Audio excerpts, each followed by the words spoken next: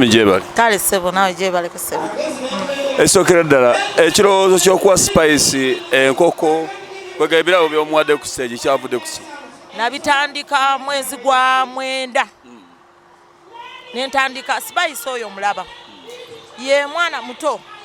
ate ye muntu afaayo nnyo ku bantu. Nze Spice nze mugoberera ng'afaayo olaba agabira abantu oba kitegeera ku myaka gye ng'olaba afaayo nga tewaliwo n'abantu abayine nnyo naye nga tebakikola ki tebasobola kikola Spice kyakola ki kyakola kati Spice ne mwagala ku mutima gwange ne ng'abambi omwana oyo natandika omunoonya ogw'omunaana nakubira Fibi enamba najja ku TikTok ne mukubira Fibi ne mukubira ne mugamba mbadde nyina ebirabo byenjagala okuwa Spice kati nga nange kinkuteko nnyo muddizeeyo okusiza bwagabira ki abantu kati Fibi nakola ki na ngamba mukale nja kwogerako ne manager we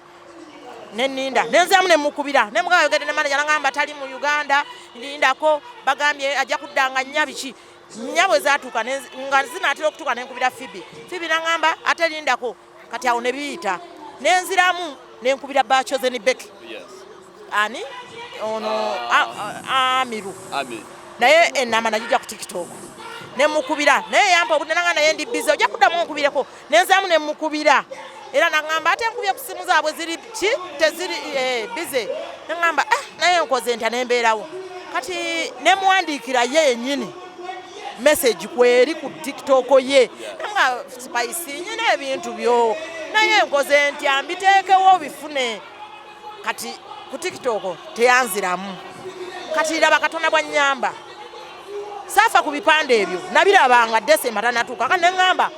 nembuuza wano wa boda yali anvuga ne mga Spice agenda kubeera wa sinnabugabo naye agenda kubeera wa kati onvuga nannimba mbu oba ku beach safa yo kusoma bipande kati ngendo bisoma ng'ate ali wano ne ngamba kati Spice nja mulabira Masaka gye ngendo Katonda nyambye gye ngendo muwera ebirabo bye kati njija ku TikTok enamba ya Chosen soka njako eya yani Zubairi sima ani Zibeda njake ya Zibeda njake ya Chosen Becky kube ya Zibeda ngegana okuyita muzira mungi kuba egana nkube ya Chosen Becky tebagikwata nzira mungi kuba tebagikwata Chosen Becky yafuna obudde nga nkubira nendo okulaba essimu nenga Chosen Becky ne mukwata nangamba nsonyiwa mukwano nsonyiwa bambi kayogera bulungi ng'ate nze mbadde mwetaaga ne mwana edda nange nsonyiwa Chosen Becky njagala Spice ngenda genda Masaka enda kuveruka yange ne Masaka nenja genda bukyali nyine ebintu bye ne mubuli amazima nyine ettooke lye nyine enkoko y'ebirabo bye naye ngenda kukola ntya gwe ngenda okufuna bimuwe nangamba auction ennungi yangamba ojja kunkubirako ekiro yamala nanga auction ennungi bimuwere ku stage eyo surprise kati munnaye ne mugamba nakola ntya nanga nedda waba abavubuka abe mabega ojja kufuna boyogera nabo kati munnaye bwe nava kusima omutima nembeera wamu ne kunterera kati omutima ne kungamba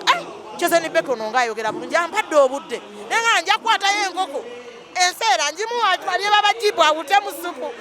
kale kyankwata ku mutima kuba yampo okusinza bwe nali njagala okukola kino ne basitabe babeera nendaba nga ampadde obudde nenga ate antuusizza ku kyenjagala ampadde advice kati era naze n'enkoko zange enseera era bambi bw'amaze okuyimba awo nenjimuwa ampulidde eddoboozi nangamba ye nkutegedde yeggwe nangamba naye lindira wano ebintu byobikole ki obitwale nenga bambi Chosen Becky gundi Spice oyo gwolaba mwagala nnyo mutima mulungi mwana muto webale nnyo olweneeyisaaye mwana muterangena nendaba ku TikTok abamukuba nempulira ennaku ng'ejulo okunzita nempulira nenga naye Mukama muyambe omuwa amaanyi bubaka kibowa eri abayimbi abalala mbagamba balinga ffe oba kitegeera webale nnyo teyeyagala nnyo tabeera nnyo nti yalage nti w'amaanyi nnyo alabira ku banne kati ekintu kyenzudde Spice ye mbadde mulaba embeera ze nga muntu omulaba atambula mu bantu alina omuvuka gwe yayamba owa piki gwe yagulya piki oyo yali alina bidred eyo nambadde mugoberera omutegedde omuvubuka oyo n'amugulya piki kati ne Chosen Becky nakaza okulanga naye si ye muntu eyeyagala naye waliwo baserebu abalanze kankubuulire Spice bajja erukaya twagula emmeeza emitwalo aga emmeeza twagigula emitwalo 3. Nagigula nze nyina mikwano gyange tulina katiimu kaffe abantu 6 ne tugigula nga Spice yazze waliyo Shiba waliyo Lema naye Lema oyo gwolaba ate nga neddira omuziro gumu naye beeyagala oba balinga balowooza nti nno bo si bantu weebale nnyo naye waliwo ebintu n'ababaka bano balaba mulimu ababaka babeera ne babodegaadi ne balyoka bakuwa aye nga ffe tubalonda naye ka tulina omubaka Muzeeyi Ssempijja oli omusajja asembeza buli omu ne bwe yabadde wano nga Minister wa Defense ebyo tabiriiko nti kusindika muntu basirikale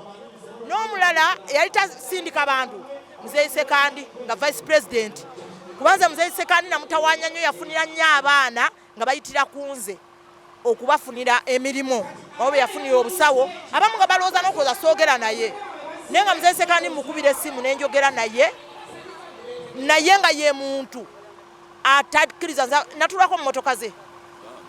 paka Kampala naye abasirikale baŋŋamba tula mu dabu kabini nabagamba temunemu wa motoka atulemu eyo ne bagamba emotoka zifuula z'abafamire naye tebeegulumiza si be bakatonda nabo bantu nga ffe kuba enkya bukya nga talimu ekyo ekifo ng'era omusanga atambula bw'ati kitegeeza ffenna tuli omuntu omu kuba Katonda ffenna yakola ki bannaye buli muntu mu kitiibwa kye kyali abenga omuntu omulaba nga mulabewo ng'ekya Spice weebale nnyo tekimuggyako naye nga Spice mwagala nnyo era navudde erukayaga buli omu ery'ettooke nalitumya butumya kuva Mbalala nenkuba essimu neŋŋamba omusajja netettooke oba lyammeka yesifa era yalinguza emitwalo egi namugamba byomanyi nga baliwo omuntu munene nga tamanyi naani namugamba munene naye ng'omanyi balimuwera na bantu nga buli omu bw'anaaliraba alaba weebale nnyo nanga gwe teeka emitwalo gyena ne mugamba si kyekikulu gwe ndeta ettooke era lyajja liri sipeeso balimndetera lwa 6 naye nga bambi abayimbi abalala bonna babeera nga tebeegulumiza nnyo abantu baba babaagala bafune emikwano mu bantu nga Spice bw'ali tweyanze